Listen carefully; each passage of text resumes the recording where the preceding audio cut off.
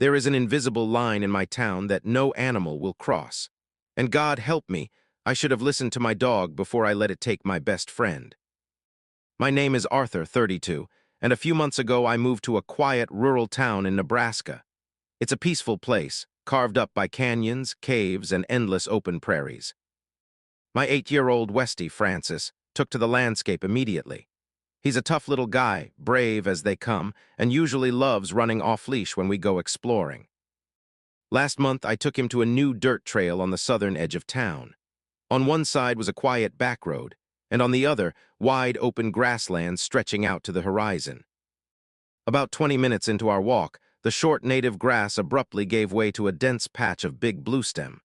It towered 8 feet high, stretching 20 yards wide and 50 yards deep. The perimeter was so unnaturally straight, it looked like it had been cut with a ruler. Francis stopped dead in his tracks.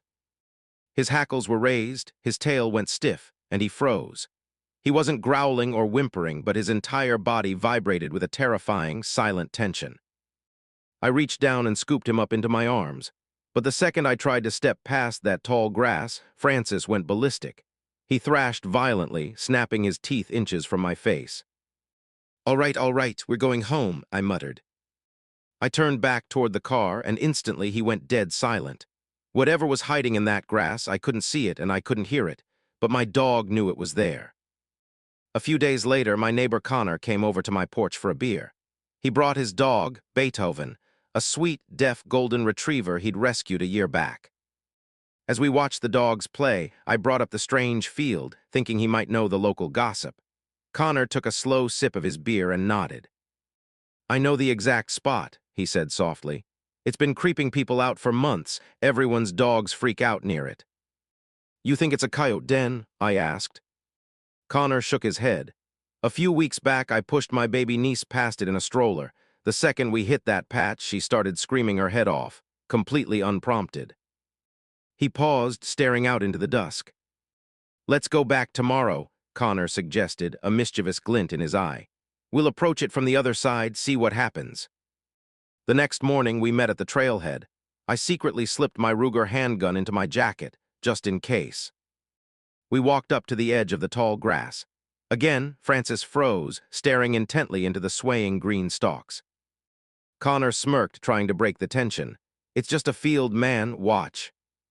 Before I could stop him, Connor stepped off the dirt path and plunged right into the thick bluestem. The heavy grass swallowed him up in seconds. "You good in there?" I called out, my heart pounding for no reason. Connor parted the stalks with his hands, laughing at me. "It's grass, Arthur, not a trap."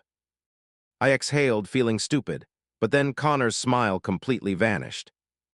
"Holy shit," he whispered, staring down at his hands. "This is fake." "What?" I reached out and pinched a blade of the bluestem between my fingernails. It felt rubbery. It wouldn't tear. When I bent it, it didn't snap. It just bowed like soft plastic. I grabbed a fistful at the dirt level and yanked upward. The plant came out of the earth with a hollow, dry pop.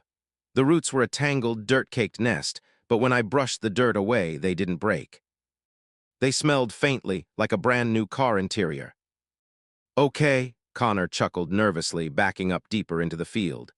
"It's gotta be a land management thing, erosion control. They probably put ultrasonic pest repellers in here. That's why the animals hate it." Ultrasonic repellers? I doubted it. Synthetic roots on flat ground made no sense. "Hey, Connor," I called out. No answer. "Connor." The wind picked up, making the massive field ripple like green water. A deep, unsettling wave of motion. I stepped 1 foot into the artificial field to look for him. Con. Pain exploded in my calf. I screamed and scrambled backward onto the dirt path. Francis had lunged and bitten straight through my jeans. Blood was oozing from the puncture wounds. My brave, gentle dog was cowering a few feet away, looking at me with absolute horror in his eyes. Just then, Connor stepped back out of the tall grass, looking bewildered. "What happened to you?" he asked. "Francis bit me," I gasped, clutching my leg. "Did you find anything in there?" Connor rubbed the back of his neck. His voice dropped to a quiet, uneasy register. "No," he said slowly, "but I think I was imagining things. For a second in there, I could have sworn I heard voices talking. Voices. It sounded like a recording, Connor murmured, staring into the fake grass. It was just one word over and over again. It kept saying, "Don't." We walked back to our cars in absolute silence. That night, the nightmares started. I dreamed of walking through the plastic bluestem. The stalks were towering over my head, and from every angle, dozens of overlapping, weeping voices whispered in my ears, "Don't. Don't. Don't." Every dream ended at the edge of a pitch-black abyss in the middle of the field. I would stare into the void until I woke up sweating in the dark. By the third night, I couldn't take it anymore. I called Connor. "We're going back today." We took our guns, and we brought Beethoven, Connor's deaf retriever, to test if the phenomenon was purely sound-based. When we reached the site, my stomach dropped. The field was bigger. It had expanded at least 10 yards further down the road than it was 3 days ago. We walked Beethoven along the boundary line. Because she was deaf, she didn't react at all. She happily trotted along, sniffing at gopher holes, completely oblivious. "See," Connor said, looking relieved. "It's just sound frequency." Suddenly, a loud screech echoed behind us. 2 cars coming from opposite directions swerved recklessly on the narrow dirt road. One car clipped the shoulder, throwing up a cloud of dust right where we were standing.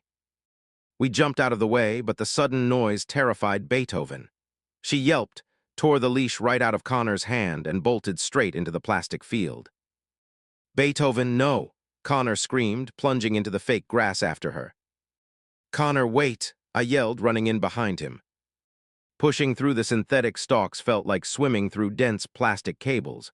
Within 5 steps, I lost my sense of direction. Up ahead, I heard Connor shout, "Oh shit," followed by the heavy thud of a body hitting the dirt. And then, total terrifying silence. I don't mean the wind stopped. I mean my hearing was instantly, violently severed. No rustling grass, no footsteps, no heartbeat, just absolute suffocating void. A second later, the sound slammed back into my ears with a brutal rush of air. I scrambled forward toward where Connor had fallen. "Connor." I saw a flash of color on the ground, a flannel shirt. I reached down to grab it, thinking he'd dropped his jacket, but my hand froze midair. It wasn't a jacket. It was an adult man lying flat on his back in the dirt. His eyes were wide open, staring uselessly at the sky. His mouth was moving, opening and closing, but no sound came out. Just inches above his head were the shoes of another person, an elderly woman laid out in the exact same rigid pose. And beyond her another and another. An unbroken human chain of bodies, laid head to toe, stretching through the center of the artificial grass like a hideous nerve line. At the very end of the line was Connor. He was squirming, weakly trying to align his head with the feet of the person beside him. "Connor," I screamed. I avoided touching the other bodies, reached over the boundary, grabbed Connor by the jacket, and hauled him backward with all my strength. I dragged his limp body through the plastic grass, kicking and screaming, until we broke through the tree line and collapsed onto the dirt path. Beethoven scrambled out right behind us, trembling violently.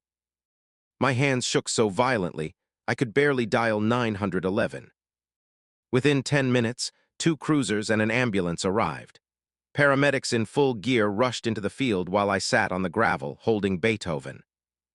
I watched them carry the victims out one by one on stretchers, 10 bodies in total. Then I saw an EMT gently pull a white sheet over Connor's face. I sprang to my feet. "What are you doing? He's just in shock. I pulled him out 10 minutes ago." The paramedic looked at me with deep, chilling sympathy. "I'm sorry, sir, he's gone." No, he was breathing. I felt his pulse. I broke past the officer, fell to my knees, and pulled the sheet back. Connor's eyes were glassy. His skin was cold. There was no pulse, no breath. Every single person pulled from that field was dead. I don't remember driving home. I took Beethoven with me. Right now, she's curled up in the corner of my room with Francis. Neither dog has made a single sound since we got back. They just sit together, staring at the door. An hour ago, I couldn't take the silence, so I drove back out to the trail one last time. The police tape was there, but the field was gone. No tall grass, no synthetic bluestem, Just bare, scarred dirt filled with thousands of shallow holes where the plastic root balls had been yanked from the earth. The city couldn't have cleared a field that massive in a few hours. Whatever put that grass there took it back. I haven't slept, I can't sleep. I keep thinking about the word Connor heard, the word that's been screaming in my dreams every single night. Don't. I thought I was saving my best friend when I dragged him out of that grass. But now, sitting here in the dark, I realize that voice wasn't a warning for him. It was a warning for me, and God forgive me, I broke the chain.